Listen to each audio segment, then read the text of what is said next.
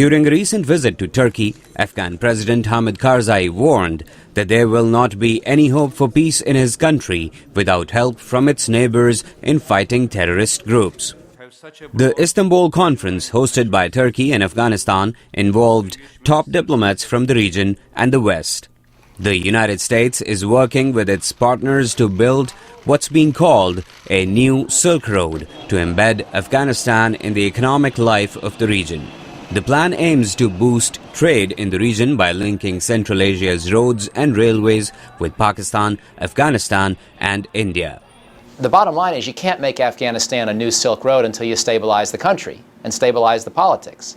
So all these visions for the future are sort of getting ahead of the immediate job at hand, which is to continue to stabilize Afghanistan. Michael O'Hanlon is a senior fellow at the Brookings Institution in Washington who specializes in national security and defense policy. He says the troop drawdown policy is reasonably sketched out, but the harder part is to strengthen the Afghan political system. What we're seeing is that 2014 is also the year that President Karzai needs to step down. We need to help Afghans have some meaningful way to choose who's going to replace him. Unfortunately, the Afghan Constitution, for which my country has some responsibility, creates a very strong president and weak political parties, weak parliament, weak alternative centers of political influence. And that leaves you poorly prepared for a presidential election where the incumbent cannot run. Some analysts warn that 2014 elections will be a disaster if the widespread fraud alleged in the last elections is repeated. They say there must be an agenda for serious reforms to put Afghanistan government on a sustainable path.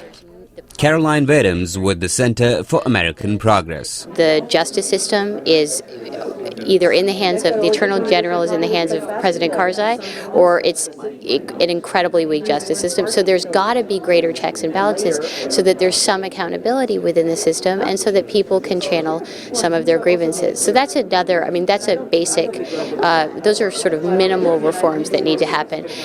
There's got to be a way through creating checks and balances, through more decentralization of the state, to bring more voices, to bring more inclusivity, and to bring more accountability to the system. At this point, the United States and the international community intend to keep funding Afghanistan's efforts to build its infrastructure and provide other basic services to its citizens. But if security continues to deteriorate beyond 2014, these plans could be derailed. There may be some violence still after 2014, but regional and Western countries are supporting an Afghan-led reconciliation process that will ensure a stable and democratic Afghanistan. Mohammad Atif, VOA News, Washington.